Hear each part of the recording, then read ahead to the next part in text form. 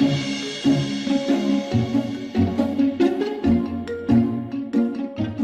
know our materials, and we've learned some techniques. Now let's start our first colored pencil drawing. I'll take you through the process from start to finish using only 3 colored pencils. We'll be working on this pear. It's a great project to start with because we all know what a pear is. It's a simple rounded shape that will be easy to draw, and we'll get some nice variety of color. When I get ready to draw, I find that drawing's like any project. A little preparation on the front end makes for easier going throughout the whole project and a better result at the end. So let's start with your setup. Sit comfortably, don't slump, draw in good light, and position yourself so you're not drawing in your own shadow. If you're not drawing in daylight, use daylight bulbs in your lamps so your colors stay true. The first thing we need to do is create a line drawing from our reference. There are a few ways to do that. I've provided you with a picture of a pear that we'll be working on, and you have the option of just tracing the reference. Let me show you what that'll look like. So we'll just trace around the outside of the pear with a pencil or a marker, making a line dark enough that we'll be able to use it later. It's pretty simple. If you make a little mistake, don't worry, this isn't the finished work. This is just going to be our guideline so we stay in the right shape. And there we have it. Now we'll need to transfer that line drawing onto our better paper. Let me show you a couple of ways to do that. I like to use a Lightbox. I have a Lightbox app right on my iPad. All you have to do is turn it on to clean white light.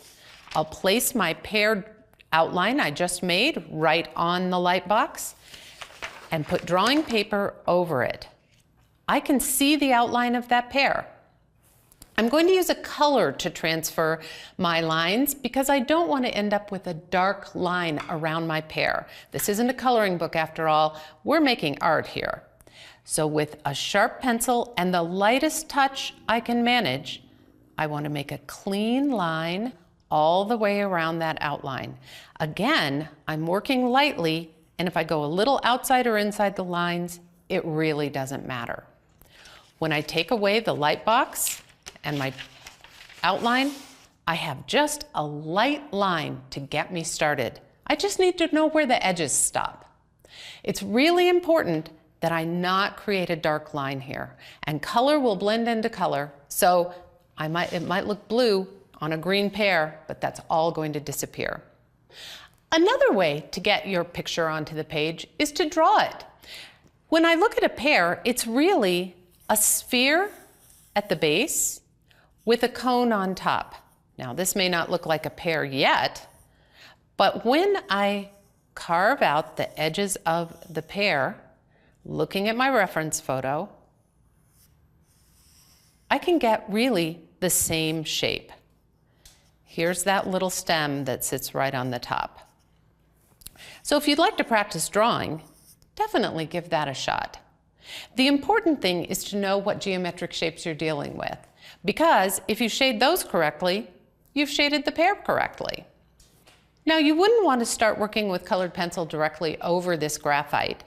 The graphite and colored pencil don't mix well, and you'd end up with a dark line around. So either way, you're going to trace off your outline in colored pencil onto the good paper. We've got one more step we need to do before we really get coloring, and that's to create a value study. What I want to capture here is a quick record of areas of light and dark. When you're working with color, it can be very confusing. What's a darker color and what's a shadow? So with just quick, sketchy lines, I'm going to pick up my darkest areas and my lightest areas. You'll notice I'm not tracing the shape of the pear again because I want to be able to understand it with just lights and darks. Bear with me, this is a messy process, but it's going to give us information we really need. Where I see darks in the photo, I'm adding more of my dark graphite pencil. Where I see lighter values, I'm using less. This will act like a road map that I can return to even if the light shifts, if my pear moves. or if I lose track of what's color and what's shadow. This can be sketchy and messy. It's just information for me. I'm not adding any color or graphite in where the highlight is. I want to remember highlights and darks. When I pull this away, it may look kind of fuzzy, but I absolutely can see my pear and I can see the light on the form. That's what I need. We'll be using just 3 colors, 1 red, 1 yellow, and 1 blue. They're evenly spaced on the color wheel, and that's called a triad. You can see that we have a green-blue, which will bring in green. An orange-yellow will bring in orange, and a violet-red will bring in violet. By picking them this way, we actually have 6 colors, 3 primaries and 3 secondary colors, brought in with those color biases. Before we get going on our pear, we're going to need to do some trial color recipes, matching colors from these 3 pencils before starting to draw on the pear. Here's the color recipe sheet I made using our 3 colors, orange-yellow, green-blue, and violet-red. I've combined them each with their other partners just from these 3, and I have all these different colors that I can create just from the 3 pencils. It's helpful to do this ahead of time because I can see the kind of green I'll need for my pear, where I'm going to find that red blush, and I'll also know what kind of colors are going to work well for shadows. Over here, I've mixed all 3 colors, and you can see some difference in the results. That's just color order. Some of these are a little more muddy than I'd really prefer on our particular pear, so it's always good to know that ahead of time too. What works and what doesn't. Never erase or mark out on your color recipe sheet. That color is going to turn out sometime, and we want to save our recipe sheets so we know what to expect. Now, how do I think about what the first layer of colored pencils should be? I try to think about local color. If I think about a pear and if I bite into the pear, what's the color underneath everything that I see? When I bite in, the color inside is a light yellow. So let's start with our yellow. We're going to use our pencil in a very light way. I'll color everywhere except in my highlight. I want to keep the white of the paper so that I can work into that later. I'm just going to give a light glaze of yellow over everything else, including the stem. It doesn't look much like a pear yet, and don't worry. We've got lots of time here and lots of layers to go. This is just creating a base for all our other colors. I'm coloring lightly and evenly with my yellow pencil, not trying to create a bright yellow, just creating that nice yellow base. I'm going to want this color to glow through every place else, except in the highlight. But what really is the highlight? It's the place where light hits my subject and bounces directly off. It's that lightest, brightest area. I'm leaving it bigger than it will be at the end because I don't want it to end up with a line around it. Now I have sort of a yellow flat layer. Let's start modeling that pear. I know that I'm going to want the pear to be green, so blue and yellow make green.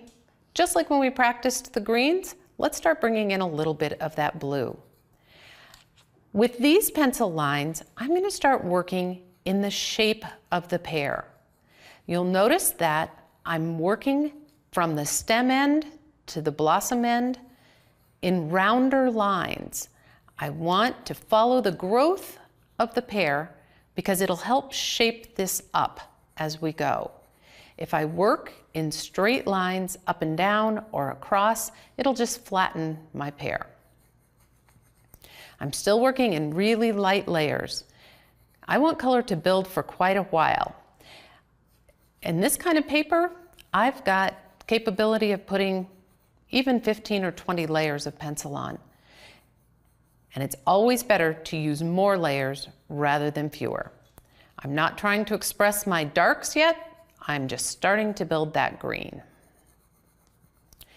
When I reach the area near the highlight, I'm always going to encroach just a little bit with next layers so I don't end up with a distinct shape. Let's go back to our yellow and add another layer. We'll start turning this green.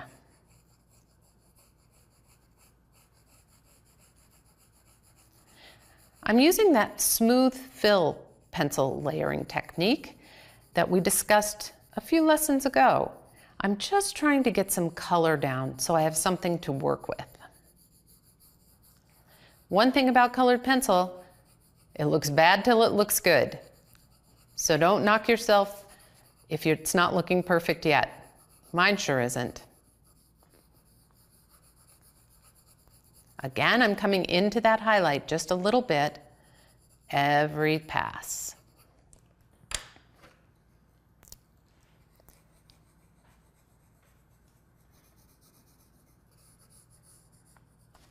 Okay, what do you think? Almost finished?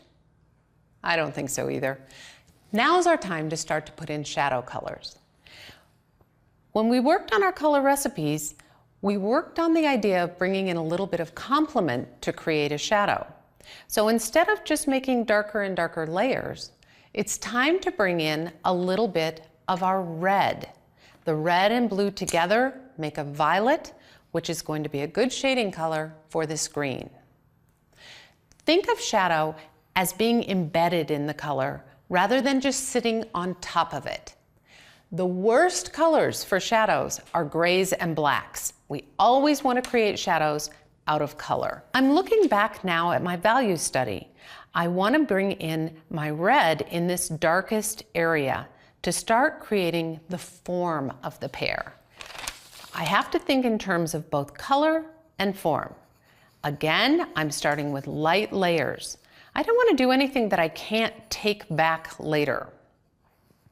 This will look like just red sitting on top of my color for now, but when I build more green on top, it'll start to meld in as a shadow. I've got some dark little areas around the stem. I'll plug those in. We're saving the stem for last. And I'll add just a little bit of tone over on this side. You can see this starting to develop. I like to think of colored pencil drawings as being like old Polaroid camera images. They start out really vague and kind of gray, and then they develop into sharp focus over time. I'm not worried about doing this all at once. I really want to keep playing with the colors until I develop exactly what I want. Now, I laid down the red and I want it to turn violet. So I'm going to add a little bit of blue to that red layer I just put down. It'll tone it in, heighten the darks, and start to create my shape. Next, I'll be building more green right on top of that shadow. Can you see the shadow coming in? It's all pretty light, but I'm starting to place everything that I'll need. So let's build a couple more layers of green. That'll be our yellow and our blue. With the orange yellow and the green blue, we get that nice lime kind of green that's just right for a Bartlett pear. I'm not pressing harder at this point, but the color is starting to get a little bolder. That's just the effect of layers. You'll notice that I'm using that slip sheet I described before. It's this piece of tracing paper under my right hand, and it's keeping my hand off of my drawing paper. It'll help me keep from smearing the colored pencil and from the hand lotion and oils in my hand making marks on the paper. It's time for me to add another form layer. Let me describe exactly what form is. Form is the play of light and shadows on an object. So when I add this red back in, I am creating deeper shadows. You could think of it as lights and darks. But these are the lights and darks that are directly on the object, not a shadow cast by the object. This is how we're going to make our pear look solid and like it has some weight. We're going to give it a rounded feel, so it won't be just a flat sliver of a pear. You can see the dark developing. That's where we have all three of our colors working together. It takes a while, just don't rush.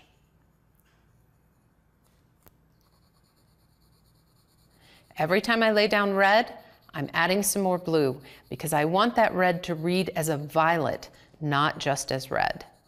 It has a slight dulling quality because the red is working against the green that I made, and I like that just fine. A pear isn't really a bright object. It's really a collection of kind of dulled or softened colors.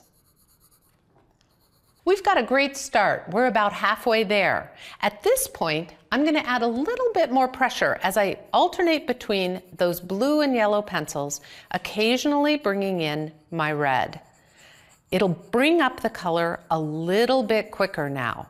I'm not pressing hard. I'm maybe going now to a 2 pressure instead of a 1. I'll keep layering blue and yellow, and I'll get to the point where I'm ready to start finishing. So work on your pear too.